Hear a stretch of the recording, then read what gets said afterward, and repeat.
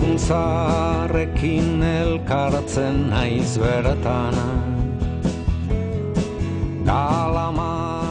Kaixo, Gabon guzti eta ongietorri gaurko mainguru berezi honetara. Dakizuenez, asteartean hasiko da Euskaldunon egunkariaren sumario nagusiaren aurkako auzia. Ia 7 urte pasa dira Guardia Zibilak Espainiako Auzitegi Nazionalaren aginduz Euskaldunon egunkaria itxi zuela. Eraso judizial hark izugarrizko lurrikara politikoa eragin zuen Euskal Herrian eta jasotako elkartasuna eta gizartearen erantzuna ere tamaina berekoa izan zen. 13 urteko ibilbidea egin zuen Euskaldunon egunkariak, 1980ean haren sustatzaile nagusienetarikoak Jose Mari Zumalabe eta Martin Ugalde izan zirelarik. Otsailaren 20an, esan bezala, 7 urte beteko dira egunkaria itxi zutenetik. Eta hura gogoratzeko honako bideo hau ikusiko dugu ondoren mainguruari ekingo diogu. Bertan, mainguruan, hementxe ditugu gure gaurko gonbidatuak alde batetik, Julio Ibarra, Metro Bilbauko komunikazio zuzendaria. Gabon, Julio. Gabon. Beste alde batetik, hemen ondoan dutuko Tzon Hermosilla, Bizkaiko berriako arduraduna, erredakzio burua. Hemen Txema Auzmendi, Euskaldunon egunkariako auzipetua eta kazetariaren noski.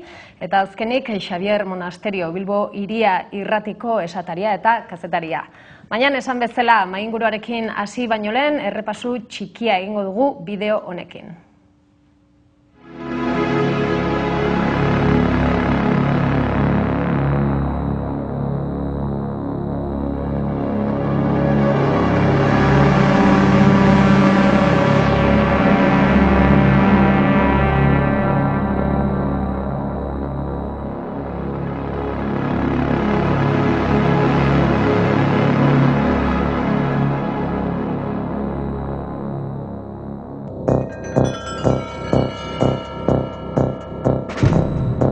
Irailaren 11ko atentatuaren biktimak laguntzeko atera zuen poster hau New Yorkeko National Press erakundeak. Egun hartako munduko egunkarien azalak, New York Times, The Times, Le Monde, egunkaria. Egunkaria? Baina, nongoa da egunkari hori? Zen, orain ez dago.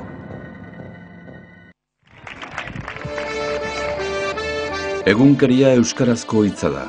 Eguneroko agerkaria esan nahi du. Euskal gizartea kalera atera zen egunkariaren itxiera salatzeko.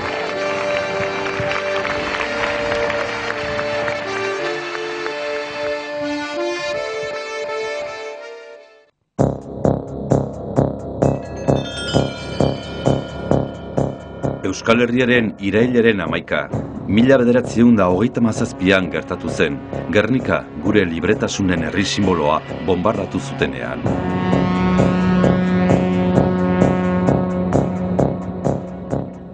Hau, 1937ko Euskal Gobernu Autonomoa da. Komunistak, sozialistak eta demokrata kristauak elkar hartuta zeuden. Bere lehen dekretua euskarazko egunkari bat sortzea izan zen. Hala, 19. mendetik gauzatu ezinik zetorren desira bat bete zuen. 8 hilabete iraun zuen. Frankok Bilbo bere esku hartu zuen arte.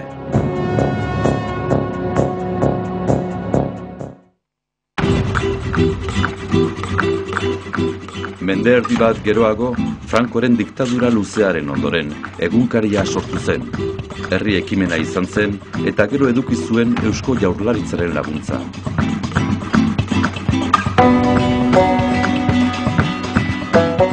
Amairu urte iraun zuen. Espainiako auzitegi berezi batek ixteko agindu zuen arte.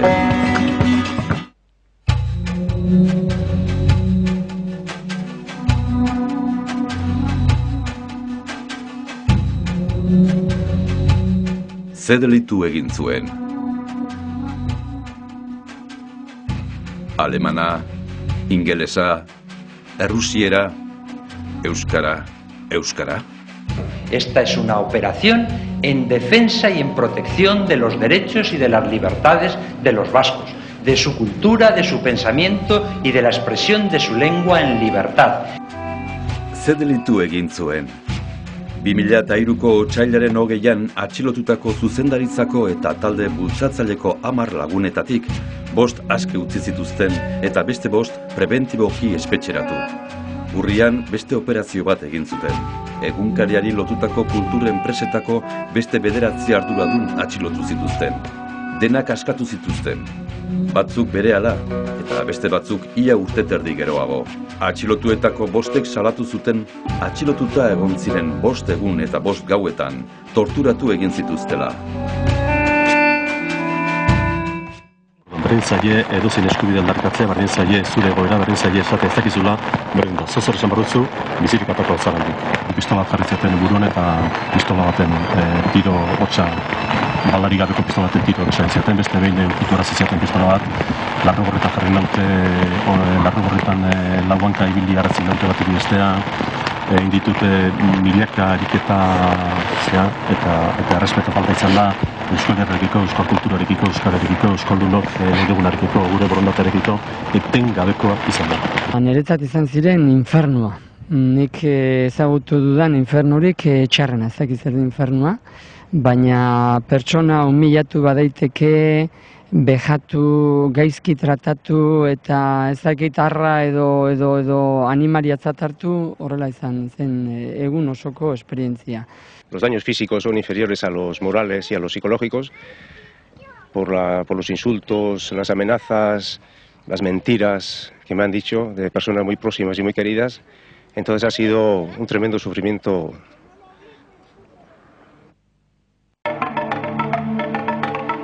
New York Times, The Times, Le Monde, Egunkaria, Euskaldunak munduarekin lotzen zituen zubiak itxita jarraitzen du. Ura istea hizkuntza gutxitu baten aurkako Gernikako bombardaketa izan zen. Europako hizkuntza zaharrenaren aurkakoa hain zuzen. Itxiera prozesua ia 7 urte geroago iritsiko da goren mailara. 2 epaiketa egingo dituzte. 2 operazioetan atxilotutako 19 lagunetatik 10 aurka. Herritarrek kasua artxibatzeko eskatu arren, fiskalak berak auzia artxibatzeko eskatu zuen arren, Espainiako Auzitegi Nazionalak epaiketa egitea erabaki du. Eta gaur egun, Euskal gizarteak ondoko galdera egiten dio bere buruari oraindik ere. Zer delitu egin zuen?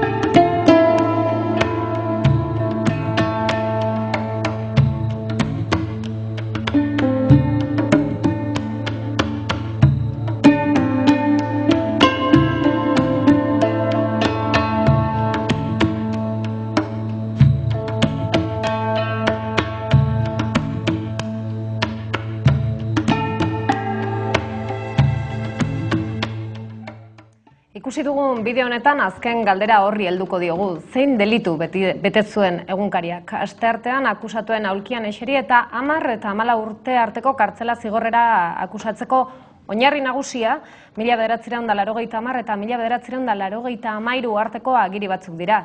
Egunkariarekin loturarik ez zuten pertsonek idatzitako testu anonimoak dira. Ustez etako eta kaseko kideek idatziak.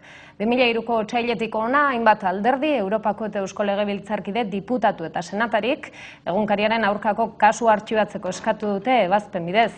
Hala ere ez da horrela izan eta azkenan audientziara iritsi da epaia. Asteartean hasiko dena. Beraz, lehen galdera hori, zein delitu egin zuen egunkariak puntu honetaraino iristeko? Julio, zurekin hasiko gara. Beno, nik uste, segurazki galdera aldrebez egin beharko, ezta? Hainbeste aipatzen dan Espainiako konstituzio horren arabera, suposatu eta esango du suposatu egin dela, pertsona bat errugabea dala, kulpa edo errua besteek demostratzen ez duten bitartean, baino horregatik dinote alderbez izan beharko, litzakela galdera, kasu honetan, pertsona guzti hauek errudunak dira, errugabeak ez direla, ez duten demostratzen bitartean, eta hori da kasua. Nik uste mundu mailan, esan daitekela, mundu mailan, mundu guzti edo pertsona guztiak, hasiera baten dinot, errugabea diala, erruduna diela demostratu arte, edo ez badozu demostratzen erruga daukatenik, orduen suposatu inbiarko errugabea diala, baina kasu honetan, da mundua aldrebez ikusitxe. Eta kasu honetan konkretuki dinot, nik uste, Deustuko Unibertsitateko hainbeste aditu, legen ze kontuetan, da Euskal Herriko Unibertsitatekoak, eta hainbeste aditu, hainbeste eta hainbeste profesional, legen mundu horretan aditu adiana dinot, zeo zer esan beharko. Bestela ez dakinik ze irakatsiko duten gero haien geletan urtero juten dien gazte guzti horiei, ez da. Gotzon, suposatzen dut, hemen mailan gauden guztiontzat ez da, baina zu besteak beste antzinen, orain dela 7 urte, otsailaren 20 hortan, ez da, lehenengo operazio polizial hau egin zen egun hartan? Hori da, ni etxean nengoen, eta irrati batetik deitu zidaten albistea emateko, nik artean, ohean nengoen eta ez nekien ezer, eta kazetari batek deitu zidan esateko, aizu, irrati entzun duzu, eta ez, da zertatu da, Guardia Zibila zuen egoitzan dagoela, handoainen, eta hainbat lagun atxilotu dituztela, eta Iñaki Uria, Martxelo Otamendi, izenak esaten, eta, ni, zurtuta gelditu nintzen, segituan Bilbora, gure Bilboko erredakziora joan nintzen, eta justu heltzenari ginen momentuan orduan ari ziren Guardia Zibilak atea isten eta alde egiten. Eta orduan atea itxi joan ziren, eta geratu ginen langileok kanpoan, goizaldeko 8 edo oso goizan, iaia ez zegoen inor kalean, eta guan gelditu ginen espaloian, ateari begira, atea itxita, eta impotentzia eta etxipen sensazio oso latz batekin. Baina aurrengo minutuan, hasi izan jendea agertzen. Eta aizu, entzun dut irratian hau, eta bestea, eta beste bat agertzen zen, da beste bat, eta nik batez ere hori daukat gogoan. Lehenengo momentu hartako etxipena, eta handik segituan lehenengo momentutik aurrera, hasi zala jendearen erantzuna eta jendearen sostengoa eta berotasuna. Hementxe, Txema, zu ondoan zeituguna, zu auzipetuetako bat zara, egun ura orain Gotzonek kontatzen zuena, berak jakin zuela, ez da, etxetik, zuk bertan bizi izan zenuen, hori are gogorragoa, ez da? Oso gogorra izan zen, moduan, hasieran ez, dei bat, ordu batak aldean, pixka beranduxiago, ni bizi nintzen garai hartan zenbait preso sozialekin, 10-12 ziren gurekin bizi zirenak, olako elkarte mistoa, jesuita batzuk, laiko batzuk, eta atera irten zen, deitu zutenean Guardia Zibilek edo, ez genekien nor zen, ez da, atera zen kolombiar bat. Eta orduan zegoen, nik uste, baldintzapeko askatasunean. Eta ni bere ondoren, baino 2 segundo, ate ireki eta nik ikusi nuen orduan garajean beste alde batean bazegoela Guardia Zibilen bat barruan, eta sartu zirela beste 3 edo horrela armakin denak bada horre garai batean oso serie famatua agertzen zira denak ongi jantziak armak eta orduan gogorra izan zen egun hartan lehenengo aldiz etorri zen aljeriar bat gure etxera. 3 eguneko baimena espetxetik irten da, Martuteneko espetxetik, eta gaueko ordu bat erdietan esnatu, iratzarri beste guztia bezala, eta armakin eta nora etorri naiz ni, ez? Pentsatu behar zuen berak, eta baimena da nora, ez da? Eta gaina nintzen orduan jesuiten garai hartako arduraduna, edo nagusia, edo superiora, edo ni eraman induten, ez zegoen ulertzerik, edo droga, heroina, barruan, edo kokaina, edo auskal olako zeo zer, ez da? Eta, bueno, gero jakin genuen, ez,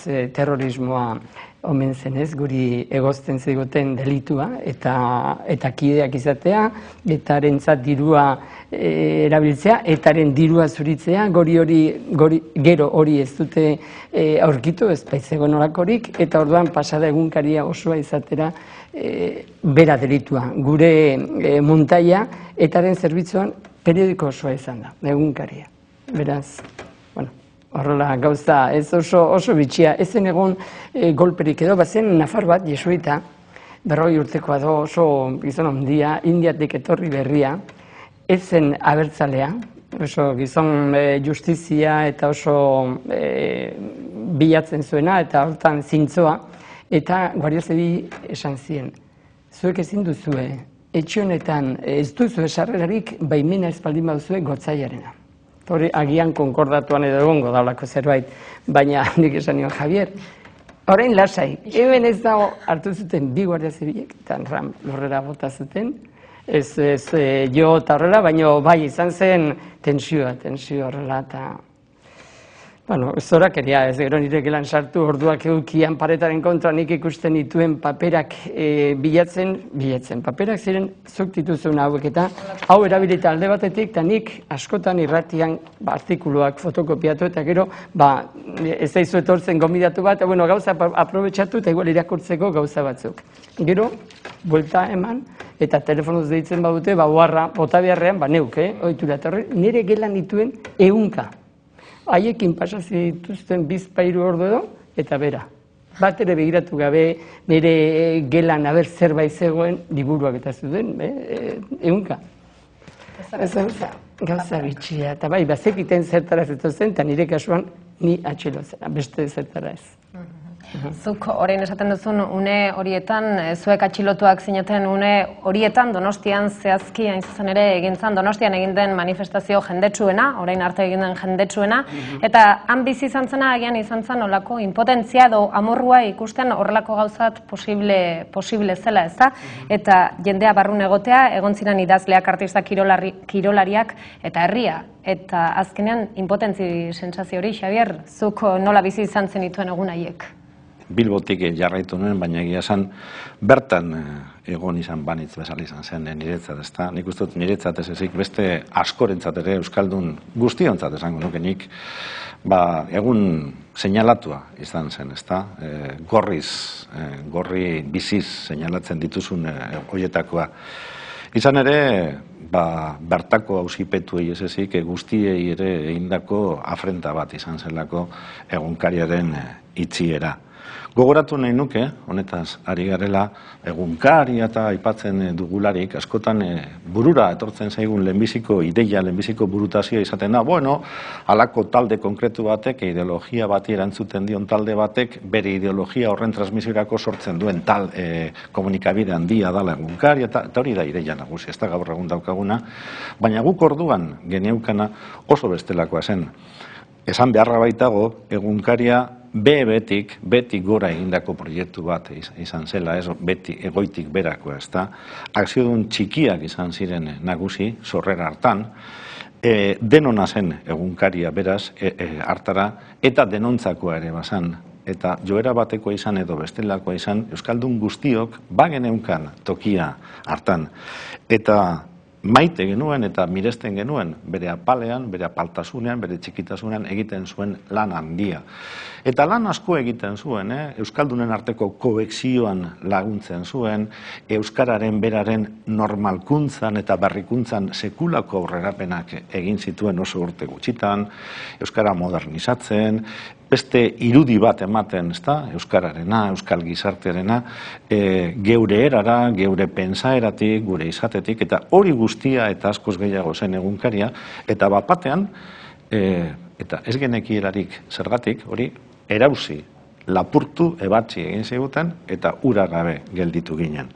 Orduan, galdera baldin bada, Juliok erantzun duen hasiera batean, zein zen delitua, ez dakit, nik neuk pentsatzen dut, deliturik ez dagoela, hori frogatu beharko dute, ados nago Juliok esan duenarekin, 7 urte pasa dira, urte gehiegi dira jendea susmopean eukitzeko, halako proiektu kulturalak susmopean eukitzeko, azken finean euskal kultura ere kaltetua gertatzen da, hausipetuaz gain, jakina, hori da importantena, ez da? Eta azkenean ni neu, eta ni bezala beste asko pentsatzen hasita gaude, ea delitu ezote den euskalduna izatea 21. mendean, ez dakit ba. Horren arira, egunkarian hori esaten zenutena izandako arduren gatiketako kide izatea egozten diete, lehen auziko akusatuei eta 14 eta 12 urteko espetxeratzeak eskatzen. Gainera, fiskalak esan du ez dagoela arrazoirik, ez dagoela zer leporatu eta auzia artxiba dadila eskatu du. Baina epaiketak aurrera ingo du AUGT eta Dignidad y Justizia elkarteak herri akusazio gisa ari direlako. Ez da erresa hau. Ez da. Eta behar bada delitu horrekin lotua, uler daiteke garai hartan PP zen gobernuan zegoena. Eta euskararekiko harremana nik ezagutzen dudan neurrian, PSOEk izan duen eta duen harremanarekin konparatuz, badago aldea. Ez dakit hori, suposizioetan sartzea litzateke esatea, PSOEk gauza bera onartuko zuela, izan zen peperekin. Eta nik uste euskararen kontrako, euskaldunen kontrako erasoa izan zela, hor saiatu ginelako, herritar asko, oinarri sendo bat ipintzen. Bazen, zorionez, telebista, garai hartan, bakarrik okerrezpanago publikoa, agian egongo zen besteren bat inon ere herritarrek sortutakoa, baliteke. Baina irratiak ere, ziren euskeraz bai publikoa, euskal irratia, baina beste batzuk ere bai, bi hizkuntzatan egiten genituenak ere baita. Orduan, faltatzen aldizkariak ere bai, zorionez euskera hutsean, baina egunkari egunero ez zegoen. Eta nik uste horren kontrako eraso izan zela, eta horretarako montatu zuten edo sortu zuten ehundoko tesi Guardia Zibilek, ez da? Eta ez zitzaien gero atera, horretik zuten badago enpresa baten montatua, hemen dirua dago eta kordan ekarri du, eta hasi ziren tesi horrekin. Gero bilatzen frogak ez dituzte aurkitu, eta orain zer, egunkaria da gaiztua, ez da? Baina azkenean da, nik uste, euskaldunok badugu nortasun seinale handi bat euskara. Beste batzuk, eta ez da, inoren kontra da, gure hizkuntza, eta beste ikasi ditugu, gazteleraz aparte ere, ez da? Ez dago besteen kontra, baina gu egiten gaitu euskaldun. Eta nik uste hori bazekitela batzuk gobernuaz ari naiz, eta horren kontrako nik horrela hartu dute, beti. Ez gero pertsona batzuk den horretan momentu horretan, baina zuek egon bazinate, berdin. Ez ziren pertsona batzuk nire ustez ez. Hori da gakoa nire zen. Eta gainera, behitu, zuk aipatu duzu, bendi. Garai hartan, telebista euskeraz ikusi alizateko gitxienez, bazegon, irratia be egon bazen, eta, falta zitzaigun eguneroko, komunikabide idatzia, besteak beste, Bilboko Euskaldun Berriok. Euskaldun Berriok, guretzako izan zen oso tresna, ez dakit garrantzitsua, hori irakurri alizateko eta jakiteko, irakurtzen dozunean, badakizu gertatzen den, ikusten dozula nola idazten den zuzen, eta horrek ematen dizu, ez dakit, beste ahalmen bat, ez da, hizkuntza konkretu hori, kasu honetan euskara, erabilializateko. Eta, anekdota bat kontako dizuet, nik gogoratzen dut, garai hartan, Euskal Bilboko edo Bilbao handia da beti, bagizu, ez da? Baina, Bilbao handiko Euskaldun Berri onartian, besteak beste, Carlos Iturgaitz jauna zeon. Carlos Iturgaitz garai hartan zinegotzia zala, PPkoa, Bilboko udaletxean. Eta bera bazebien, garai hartan dinot, Euskaltegian, beste guztio bezala, Da oso arruntasan irudia, oso normalasan Carlos Iturgaitz Pepeko zinegotzia ikustia kaletan zehar egunkaria besopean zebilela. Egongo da, gainera, abestiak esaten dauen moduen nik ikusi dudalako eta hori zertarako galdetzen duzu, bera ere inputatzeko agian? Ez neuk inputatzeko ez dut inor inputatu nahi, bakarrik gu torturatu gintuztenok eta horiek bai. Nik aipatzen dute, anekdota hau edo izen konkretu hau aipatzen dut, bat ez behi gauza bat esateko. Egunkaria etarekiko loturarik izan ezkero, da Pepek salatzen dauena, edo botatzen edo mahai gainean jartzen dituen akusazioak egiazkoak izango balia. Zer dabil? Kargo publiko bat, zinegotzi bat, partidu horretakua, terrorismoaren aldeko tresna hori besopean lasai kalean zehar pasiatzen. Bilatzen, ezin da gauza bat esan eta, ahal da, argita garbi dago, ahal, posible da. Beste kontu bada, ez dala, tente mantentzen, edo ezin dozula, tente mantendu, halako akusazio bat, holako anekdotak kontutan hartute. Anekdota dialako, baino ez anekdota simplea. Orantxe Txemak, bai, esan, Xabier. Puntutxo bat, importante iruditzen zaidana. Pixka bat, apurka ari gara egunkariaren itxierak kokatzen bere benetako ingurumarian eta benetako testu ingurun, eta testu inguru politiko bat da. Nahi dugula eta nahi ez dugula ere, hortik sortu baitziren kontu guztiak, oraindik ere, frogatu gabe dauden kontu guztiak. Nik uste dut dena den, hemen puntu asko daudela esateko eta komentatzeko, eta bata da, haietako bat da behintzat, bi interpretazio maila egon daitezkela. Bata da, gatazka barrutik ulertuta, baina gatazka barrutik ulertuta ez dut esaten justifikatzen denik, baina agian ulertu egin liteke, ulertu, beraiek egindakoa ulertu egin genezake, zer dela eta egin duten, baina horren gainetik eta askoz importanteagoa den beste maila bat ere badago, eta da, nazioarteko zuzenbide kontu hori eta adierazpen askatasunarena eta demokraziaren benetako izaera, ezta? Herri benetan demokratiko batean egon bagina, bere euskarri demokratikoak dituena eta erantzun demokratikoak dituena, horralako batean egon bagina, hau ezain gertatuko, inondik ere. Nik dakidala, nik zuzenbideaz gutxi baitakit, baina justizia zer den, nik uste dut badakigula denok, badaukagula ideia orokor bat denok, ezta? Eta ez da justiziari dagokiona, erakunde oso bat, bertan bera ustea. Agian, egotekotan, egon litezke, demostratzen bada, errudun batzu daudela, eta baina dira persona fisikoak. Baina erakunde oso bat, egunkari oso bat, iztea, hori ez da posible, hori zuzenbidean ez da onartzekoa, eta horren gainetik badago beste balore universalago bat, ezta? Eta da, adierazpen askatasunarena. Nire arerioei desio diedana da askatasun hori eduki dezatela nahi dutena, esateko neurean sendoago izateko, hori da printzipioa, hemen ere bete zutena. Zuek hori ere hori egia da, ez da, eta hori izan da beti ere leloa, adierazpen askatasuna. Azkenean oinarri bada, sartzen gara gauza askotan, baina oinarri bat ezabatzen dute hemen. Hori dut, gainera, nik oain zuke hitz egiten zenun bitartean, hasi naiz gogoratzen adibidez, euskal hitza aurretik edo atzetik jarrita daukan edozein kontzeptuak sospetxapean egoteko modukoa da, edo ematen dago, ezta?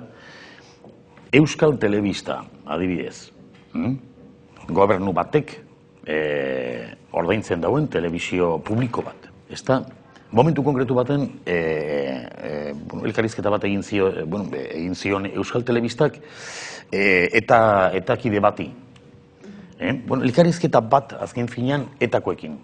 Jakiteko, elkarrizketa bat, BBC-koek mila aldiz egin dutena, adibidez, IRA edo Al-Qaeda edo ez dakit, dinot esategatik erakunde armatu konkretu batekin, ez da? Edo Diario 16, hori da, mila adibide dauz, ez da? Eta kasu konkretu horretan, eta momentu politiko konkretu batean, Auzitegi Nazionalak agintzen dau, ETB-ko zuzendaritza guztia, Madila eramatia, printzipioz edo akusazioa berez, basan terrorismoarekin zerikusirik eukitzea. Eta ara juntzien, Andoni Ortuzar zuzendari orokorra, eta bestea. Azken finean, zer zan kontua? Euskal, zea, hitza agertzen danean, ja, sospetxapean, ez dakit nik gaitasuna edo ahalmena edo ez dakit zer daukaten, baina hori jartzen danean mai gainean, euskal horren konturen bat jartzen danean mai gainean, antza badao atea zabalik denetik egiteko, eta denetik balio dau, azken finean, horren kontra jotzeko. Hori izan zen momentu konkretu baten, handik pasatu zian, Euskal Telebistako, kargudun guztiak, libre, utzi, desdakizer, baino zarata mediatikoa, irudia. Irudi batek esaten dute, asko balio dauela, ez dakitzen bat, baino asko balio dauela. Eta azken finean hori da daukaten helburue. Eta gauz, ez dakit, epaiketa konkretu honekin, niretzat argita garbi dago, euskal eta euskara, euskaldunok zeria, euskara daukagunok, ez da? Eta azken finean horren kontra egiten dutela. Da, kontraesana, azken finean kontraesan, ez da egite madarikatua, baino hainbeste alditan entzuten dugu. Abertzaleok, nolabait esateko, erabili egiten dugula euskara, politizatu egiten dugula euskara, baino argita garbi geratu zan egun horretan niretzat gitxienez, politizatzea edo euskara politizatzea Espainiako garai hartako agintarien helburua zala, konkretuki zuk esan duzun moduen, egunkaria denon tresna bat euskarazko, tresna bat salako. Hori izan argudio bakarra montaje edo montai guzti hori martxan jartzeko. Azken finean, zarata mediatiko horren bitartez lortzen dozuna da, lotu, nolabait lotzia, euskara indarkeria politika abertzaletasuna ez dakiz, eta naste borraste horren barruan sartzea hizkuntza. Eta gero, pertsona berberei entzun beharko abertzaleo gaela, euskara politikapean jartzen dugunok erabilizeteko. Lotzagarria. Gero, auzipetuak, atxilotuak,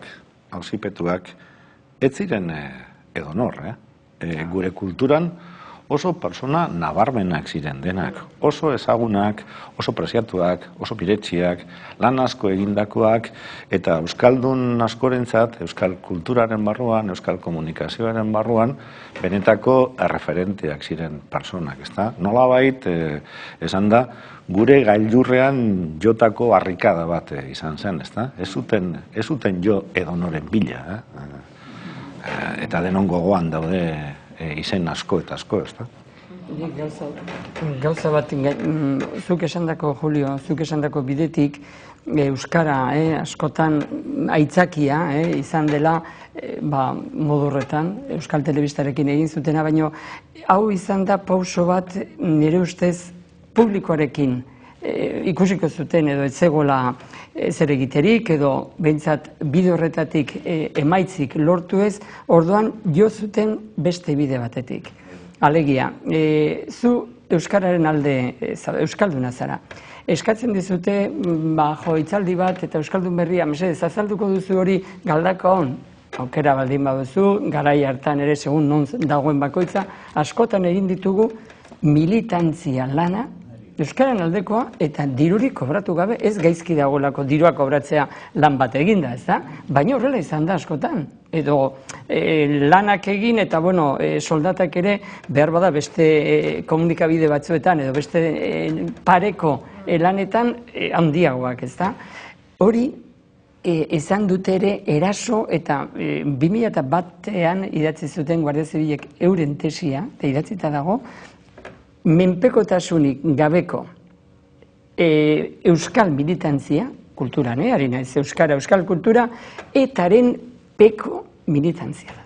Horretik da larria, gu irtengo bagina bat, bi edo bostok zigortuak, eta espetxe zigorraldi luze motx edo baino zigortuak, horrek esan nahi du ate hori zabalik gelditzen dela. Eta orduan, izan daitezkela beste batzuk, Eusko Jaurlaritzari loturarik gabeko lanean ari den talde bat, ez dakit non, Santutxun edo beste Inon Bizkaian edo Gipuzkoan edo Araban, ez da, kasu honetan. Eta izan daiteke udaletxeei loturarik gabekoa, diputazioi olakoa. Eta hori izan dute zuzenean begien aurrean. Eta hori gure kezka horretik izan da esatea, ez da bakarrik egunkaria gure izan dutena, baizik eta euskalgintza erabatekoa. Militantzia edo zentzu horretan, ulertzen bada. Eta hori ez eban ulertzen Del Olmok. Eta ni harritu nik ez nekien Bizkaian bizi izan zela 3 urtez. Eta Orozkoko kasua, eta nik uste famatu bere garaian, eta berari tokatu zitzaiona aztertzea, eta, baina zer bizi izan zuen gizon ark Euskal Herrian nik jakin nahi nuke. Horrela hain gaiztu izateko, eta epaile batek, esaten dut honengatik, epaile batek eskatzen badio Guardia Zibilari kasu honetan operatibo bat aurrera emateko, gero hartu behar du ardura eta atxilotutakoen eskubideak, giza eskubideak, zaindu behar ditu. Lehenengoa izango da epaia nire ustetan, ez?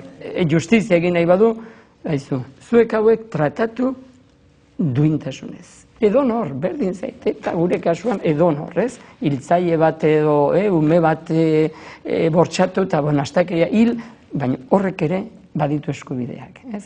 Eta hori ez egitean eretzat hori izan zen lotxagarri eta ez baino. Honek ez dauka hori esan nionik, ez? Zuk? Lehen esan duzun bezala, gainera sartzen dira zure gelan edo zure despatxuan edo, eta frogen bila etzin egun. Zertarako frogen bila joango zara zu demostratu alizateko errugabea zarela. Hori da guztiz perversoa. Guztiz perversoa.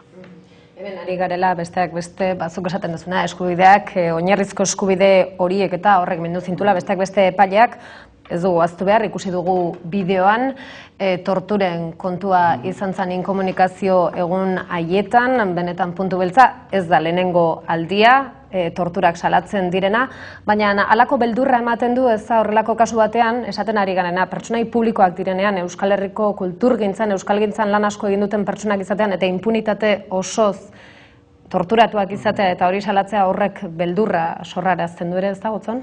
Bai, Martxelok berak esaten zuen Euskal Herrian ikusten denok dakigula, ez? Polizia etxeetan zer gertatzen den, eta berak esaten zuen, eraman zutenean, basekien sartzegoela, baina berak, pentsatzen zuela komunikabide baten zuzendaria izanik eta pertsonaje publikoa izanik eta, bada txarto pasatzea tokatuko zitzaiola, baina ez dakit beste batzuetan gertatu direnak, berari elitzaizkiokela gertatuko, eta azkenean, ikusi dugu zer gertatu dan, ez?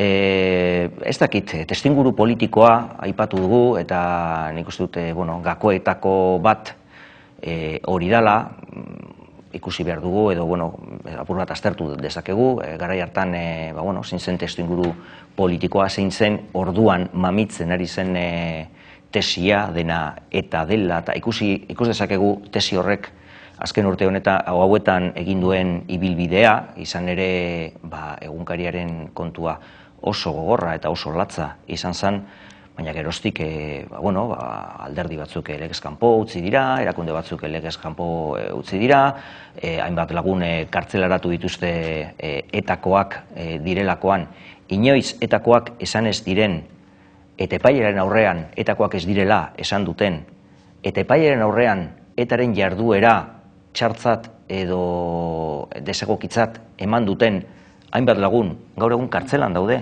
zigorra betetzen etakoak direlakoan. Hori izango direlakoan. Orduan preventiboa, barkatu, Preventiboa, bai. Orduan, ikus dezakegu, kontua ez dela egunkariaren kasuan gelditu, baina bai egia da egunkariaren kasua eta ez dakit, berbada beste auzi batzuetan auzipetuak edo unkituak edo izan direnak barkatuko digute, hau esaten badugu, nik uste dut egunkariaren kasua berezia izan zala, alde batetik zuek esan duzuenagatik, oso era lotxagabean hainbat lagun oso ezagunak zirenak eta Euskal Herrian oso maitatuak zirenak impunitate osoz animalien moduan tratatu zituztelako, euskarazko komunikabide bat itxi zutelako, euskarazko egunkari bakarra itxi zutelako, eta bereziki behar bada hoixe. Guretzat, euskaldunontzat hain minbera den kontu bat, hau da, gure hizkuntza, gure nortasuna, zigortua gertatu zelako. Horrek baditu hainbat adar, adierazpen askatasunarena, aipa dezakegu, hainbat kontu aipa dezakegu, baina nik uste dut auzi horren, eraso horren aurrean sortu zen erantzun paregabe hura batez ere sortu zela horregatik. Euskaldunok ikusi genolako guretzat oso minbera den arlo bat zigortuta gelditzen zelako, eta horrek, zuk esan dugun moduan, atea zabaltzen zuelako geroztik etor daitezkeen eraso are larriagoak sortatzeko. Hitz bat inkomunikazioa, tortura zoritxarrez gurekin erabili zuten, bostekin gutxienez, tratu txarrak eta denekin, eta inkomunikazioa da, eta hori zorionez, bai Amnesty Internationalek, bai Nazio Batuek duten giza eskubidetarako kontalaria edo erlatorea eskatu du behin eta berriro. Eta gutxienez, eta ikusi da, ertzaintzak erabili badu edo kendu edo bideoa grabatu dena eta desagertu egiten da. Eta frantses estatuan, Frantzian, ez da egonia inoiz horrako zeharik salaketarik, tortura egon denik, eta hangoak presoak dira, hemengo antzekoak eta delituak antzekoak ere egozten zaizkie. Ordan inkomunikazioa hori ez dago eskubidenik, sufritu egin dut izugarri Euskal Herrian jakindu denean horren berri. Eta ez da izan orain gutxiago zorionez, baino egonda, eta gure herrian tortura Frankoren garaian beste toki askotan ere bai, baino guretarrek eta ertzainek eta egondanean eri min handiago egiten zidan. Baina Espainiar estatuan inkomunikazioarekin jarraitzen badute, torturak jarraituko dute azaltzen eta nik uste esan behar da, neuk behintzat horti pasatu honez ez diot inori, ez da Guardia Zibili, gu hartu gintuzten Guardia Zibili ere, ez da ere. Zegoen ama gazte bat, eta bere alaba zitze egiten, eta nire artean esaten nuen, zuretzat ere ez nuke nahi hau. Benetan, ez da, hain gaizki sentitzea, ez zara, inor ez zara ezer, eta inkomunikazioak ematen du horretarako bide. Nik hori salatu hemendik edo esan aprobetxatu aukera hau, zure baimenaz. Kontua da, orain esan duguna, asteartean auzia hasten da, asteartean Sumario Nagusiko auzia hasten da, eta denbora luzez, Leno Xabierrek esan duen bezala, hor ere justiziaren edo moteltasuna azpimarratu behar da, nola dijoan histori guztia, zazpi urte, baina asteartean hasiko da, eta nola ikusten da asteartean hasiko den auzi hori, ze tamalez denetarik entzuten da, beltzean ere jarri gara, orduan nola ikusten duzue, rondatxo bat? Ikusi batetik, zorionez badatorrela. Ze 7 urte horrela, itxaroten, eta ez bihar, ez etzi, eta noizbait etorri izan ez balitz, hobe, baina behin badatorrela jakinda, lehen bai lehen, eta bakoitzaren bidea, barrura joaten ez bagara, bakoitzak bere bideari eutsi diezaion, ez da? Familia dela, lana eta mila gauza daude hor hipoteka handipean. Bestetik beldurra, nik uste itxaropena ere badugu, nik uste baina beldurra ere, itxaropena bai fiskalak gure alde egin duelako, esan dagoelako ez dago deliturik, ez dago froga sendorik pertsona hauek epaituak izan daitezen. Beraz hori ez da gertatu uste dut inoiz Audientzia Nazional delako horretan, eta bada ona. Ez dago salaketa partikularrik, inork ez du gure kontra egin, etak egunkariaren bidez, Txema Uzmendiren bidez, edo Martxelo, edo gure artikuluen bidez, edo hor ez da egon, inolako salaketari. Bakarrik, bi erakunde lehen aipatu dituzue, Dignidad y Justicia eta Asociación de Víctimas del Terrorismo. Bi horiek eskatuta herri akusazio, herri salaketa. Zergatik hoiei horrelako kasu egin ez zer berririk ekarriz dutenean Guardia Zibilek mahai gainean jarritako frogez, aparte ez dute zer berririk. Zergatik nik ez dut ulertzen, zuk esan duzu, Xabier, abokatu edo zuzentasuna ez derechoaz, horrela zarela zu aditua, baina, zuzentasunaz gehiago dakizula, justiziaz, ez? Hori da, nik, nola liteke hau? Ez dut ulertzen, ez dute behar da adituek egin beharko lukete deustokoek edo, ez da?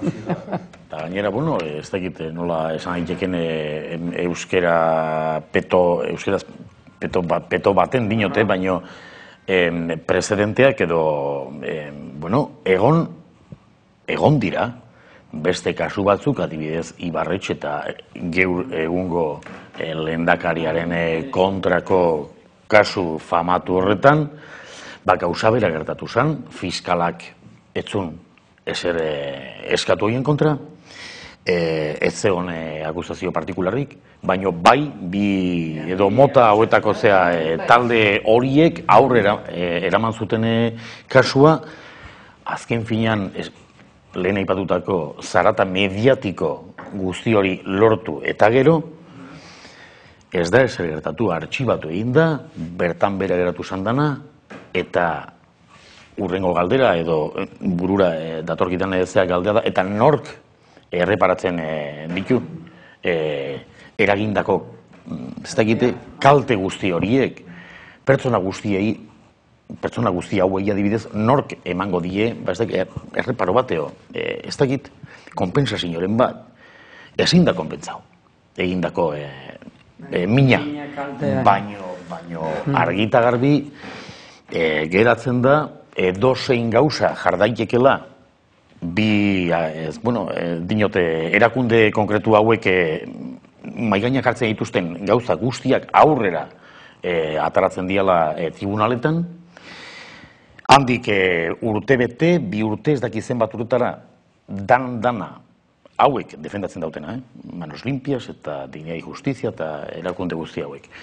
Dinot, kausa guzti horiek azkenien denbora pasata, bertan bera geratzen diela, eta inork ez die hauei ardurarik eskatzen.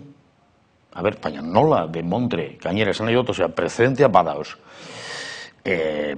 Duela ez dakizen bat urte, Dignidad y Justicia taldeak, olako kasu baten mantentzen baldin bado bera bakarrik, aurrerako bide hori, denbora pasata eta tribunalek arrazoiak entzen baldin badiote, nola demontre, behin eta berriro ematen diote legitimitate edo zilegitasun hori,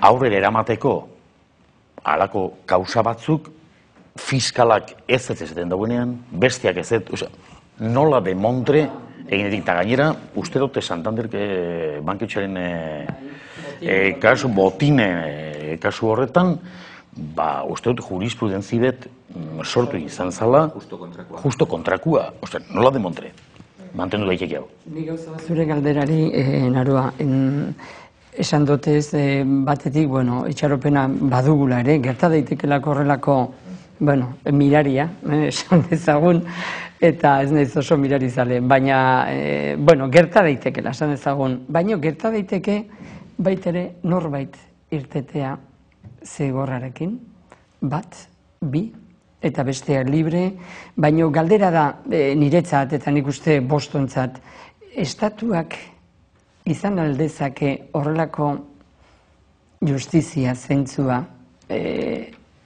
eskuzabaltasuna ez dut esango, ez baita hori kontua, ez? Gero justizia, egindako astakirien ondoren, egindako bidegabekeria izugarriaren ondoren, begira, hemen ez da deus egaro, hemen egon diran kasartze handiak, Guardia Zibilak ez dago ondo egin bere lana, Del Olmo jaunak ez da ere, eta hauek bostok etxera libre.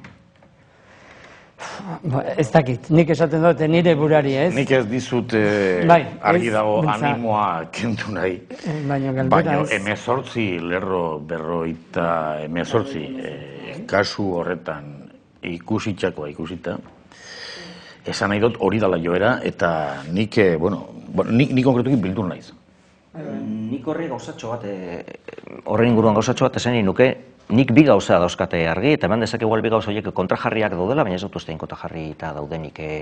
Alde batetik, nik uste dute Unai Iturriagaren liburuaren izenburuak zioen moduan berandu da gelditzeko, hau da nik uste dute gaur egun estatuaren inguruko hainbat eragile, iritzi sortzaile batzuk, El País egunkarian idaztu duten hainbat zutabegileek, eta batzuk konturatu direla, kontua urrunegi joan dela, eskuetatik ihes egin diela, eta benetan egon direla, aukera batzuk hau behingoz gelditzeko, eta ez da gelditu, eta beranduago gelditzen bada, are okerrago izango dela, eta halako sensazio bat, halako iritzi bat, nik uste dut, sektore batzuetan edatzen ari dela, baina hain zuzen ere oso berandu dalako, hain zuzen ere estatua, epaileak, Guardia Zibila oso lotsagarri geldituko liratekelako orain esango balute ez dela ezer gertatu, nik uste hori, zantzu negatiboa izan daitekela, eta horretan, bandatore, Juliok esan duenarekin. Baina bestaldetik, bai, estatuak nazioartean oso irudi eskasa emango luke orain danak errugabe izendatuko balitu. Baina nik uste dut ez lukeela irudi hobeagoa emango errugabe diren eta Euskal Herrian errugabeak direla mundu guztiak dakizkien hainbat lagun gartzelara bidaliko balitu. Hori ere, kontuan hartuta fiskalak ez duela kartzela eskeriarik egiten. Fiskalak berak esan duela ez dagoela deliturik. Hemen Euskal Herria mundu guztiak dakienean ez dagoela inolako deliturik. Lagun horiek, edo lagun horietako batzuk, edo bakarra izan da ere, gartzelara bidaltzea, hori ere nik uste dut estatuarentzat izan daitekeela oso irudi eskasa eta oso kontu lotsagarria izatea nazioartearen aurrean. Eta nik uste dut hor sartzen dela Euskal Gizartearen rola. Nik uste dut orain dela Euskal Gizartearen ordua. Eta Euskal Gizartea kalera atera behar da, eta argi eta garbi esan behar du, bere garaian esan zuen moduan, duela 7 urte esan zuen moduan, guk badakigu egunkaria zer dan, badakigu lagun hauek errugabeak direla, guk egunkaria libre nahi dugula, eta ez dut esango lagun hauen etorkizuna Euskal Gizartearen eskuetan dagoenik, erabat, beste faktore batzuk badaudelako, baina nik uste dut orain Euskal Gizartearen zeregina dela estatuari esatea behar bada zuentzat kostu handia izango da lagun hauek libre ustea, baina handiagoa izango da errugabeak kartzelaratzen badituzue. Eta horretarako badaude aukerak, saiatzen ari gara bideak jartzen, manifestazio bat egingo da laster, hainbat ekitaldi egiten ari dira, eta nik uste dut orain Euskal Gizartearen ordua dela hori esateko, estatuari hori esateko. Zuek are lotsagarriago geldituko zarete nazioartearen aurrean, errugabe hauek, denok errugabeak direla dakigun lagun hauek, gartzelaratzen badituzue. Rondatxoa amaitzeko, nola ikusten duzu zuk, Xabier, suposatzen dut antzeko? Erraz, eta harin, Gotzonek esandako hitzak berresan eta sinatu, bera bat, goitik, bera, bat naturalako hasieratik eta bukaeraraino, berak esandakoarekin. Eta beste bardura bat erantzi agian. Lehen hitz-jokoarekin jarraituta, hitz-jokoa baino askoz gehiago den, asko sakonagoa den, ezta? Justizia eta zuzentasuna. Zuzentasunaren aldetik begiratuta, zuzentasunaren izenean, guk badakigu aspaldian jakin ere hasieratik lagun hauek, errugabeak ez ezik, eredugarriak ere badirela, Euskaldun guztientzat, urteetan hori erakutsi digutelako, eta Txema Jose Mari, Iñaki eta gainerako lagunak ezagutzen ditugulako eta beren lanak hortxe daude eta beren eginak ere hortxe daude. Beraz, hori bego, argi geldi bedi eta bego hortan. Justizia horren izenean zer gerta daiteken, bai, mutur batetik besterainoko aukerak egon daitezke, baina ni baikorra esaten naiz, oroar bizitzaren horrenetatan, ni ba naiz baikorra hain zuzen ere berak esan duen argumentoaitik. Hain da handian kasartzea, hain da bidegabekeria justifika ezina, eta abar, ze hori egingo balute, hain begien aurrean, hain nabarmen, hain nabari geldituko litzateke kontu guztia, ze benetan, usain txarrekekin irtengo litzateke gobernu hau, eta arduradun hauek. Eta bai, nik uste dut, euskaldunoi, geure apaltasunean, geure txikitasunean, baina geure sinesmenean eta geure indar hortan ere, orain dagokiguna da, lagun hauen alde egotea, esan zer behar duzuen, esan irtengo gara kalera, egongo gara, hitz egingo dugu zuen alde, ez gara isilduko, ez gaituzte isilduko, eta Euskaldunon mundu hori, Euskaldunon egunkari hori defendituko dugu denok. Nik uste dut hitzoiekin badakit oraindik asko geratzen dela esateko, izan ere 7 urteko auzia, baina urte gehiago zituen egunkaria, adierazpen askatasuna, hitz lodiak, epaiketa handia ere asteartean hasiko dena, baina hemen utzi beharko dugu gaurkoan, esan, Leno Gotzonek esan duena, manifestazio bat burutuko dela hilaren 19an, manifestazio nazionala Bilbon, beraz, suposatzen dut deia egingo duzuela auzipetu guztiak, eta nik uste dut euskalgintza guztiak, eta besterik gabe agurtzea hori bai, suposatzen dut, denon partez ere, animoak ematen Txema Uzmendiri eta auzipetu guztioi. Hemendik jarraituko dugu bertatik epaiketa. Mila esker, hemen izateagatik, Julio Ibarra, Gotzon Hermosilla, Txema Uzmendi eta Xabier Monasterio, beste bat arte. Aurrera, hori da. Egunkaria libre eta aurrera. Bihar artea, jo. Laguntzarekin elkartzen naiz beretana, Galamastiak kresala hitzetana.